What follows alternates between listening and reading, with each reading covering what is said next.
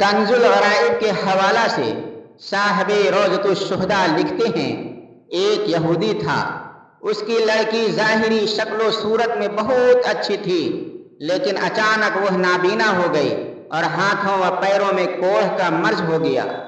محلہ و پڑوس کے لوگ اس لڑکی کو شدید نفرت کی نگاہ سے دیکھتے تھے، یہاں تک کہ یہودی اپنی لڑکی کو لے کر شہر سے باہر اپنے ایک باغ میں مقیم ہو گیا۔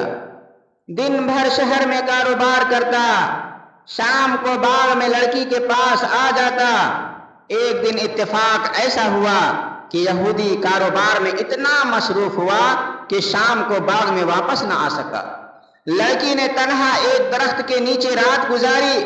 صبح کے وقت لڑکی نے قریب ہی دوسرے درخت پر ایک پرندے کی گریہ وزاری کی دردناک آواز سنی، تاب ضبط نہ رہی، کسی طرح گھسٹتی ہوئی اس درخت کے نیچے پہنچی۔ اگرچہ نابینا تھی لیکن اپنے سر کو اوپر کی جانب اٹھا کر رونے والے پرندے کی جانب متوجہ ہو گئی۔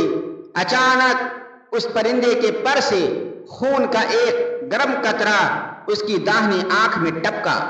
اس کی وہ آنکھ روشن ہو گئی۔ پھر خون کا ایک قطرہ اس کے داہنے ہاتھ پر ٹپکا، وہ ہاتھ درست ہو گیا۔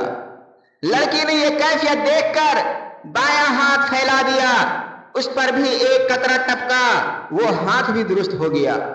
اس قطرے خون کو لڑکی نے اپنے بائیں آنکھ پر مل لیا، وہ آنکھ بھی روشن ہو گئی۔ اس کے بعد لڑکی نے چند قطروں کو اپنے ہاتھوں پر لے کر پورے بدن پر مل لیا، جس سے وہ پورے طور پر صحت یاب ہو گئی، گویا کوئی مرض تھا ہی نہیں۔ اب لڑکی اٹھی اور اپنے باپ کی تلاش میں باغ کے گرد گھومنے لگی۔ اتنے میں وہ یہودی بھی آ گیا، لیکن اپنی لڑکی کو پہچان نہ سکا۔ اجنبی عورت سمجھ کر پوچھنے لگا، اے عورت، تو کون ہے؟ میں اس باغ میں اپنی ایک اپاہج لڑکی کو چھوڑ گیا تھا، تجھے کچھ اس کا حال معلوم ہے؟ وہ کہاں گئی؟ کیونکہ باغ میں اسے میں جہاں چھوڑ کر گیا تھا وہاں وہ نظر نہیں آ رہی ہے۔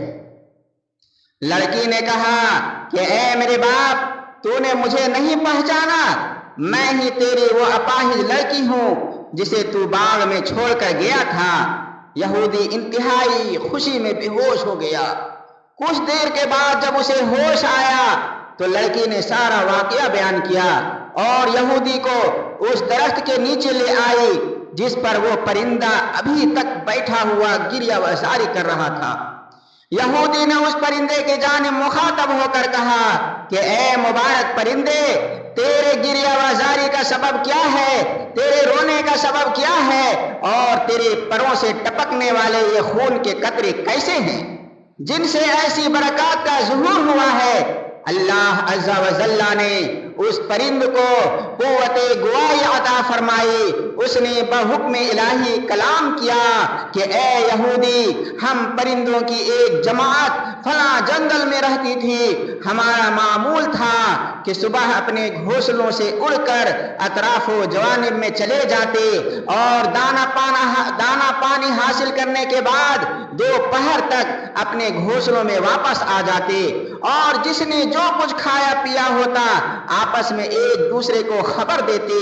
اچانک ایک دن ہم نے ایک ندا سنی، ایک آواز سنی کہ نواسہ رسول امام حسین رضی اللہ تعالی عنہ نے تپتی ہوئی دوپہر میں کربلا کی سرزمین پر شہادت کا جام نوش کیا ہے، اور اے پرندو، تم درختوں کے سائے میں بیٹھ کر آرام کر رہے ہو۔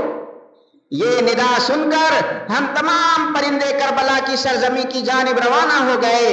جس وقت ہم وہاں پہنچے تو دیکھا کہ جگر گوشہ رسول سیدنا امام حسین رضی اللہ تعالی عنہ شہید ہو چکے ہیں، اور ان کے جسم شریف سے ابھی تک تازہ خون جاری ہے۔ یہ کیفیت دیکھ کر تمام پرندے گریہ وزاری میں مشغول ہو گئے۔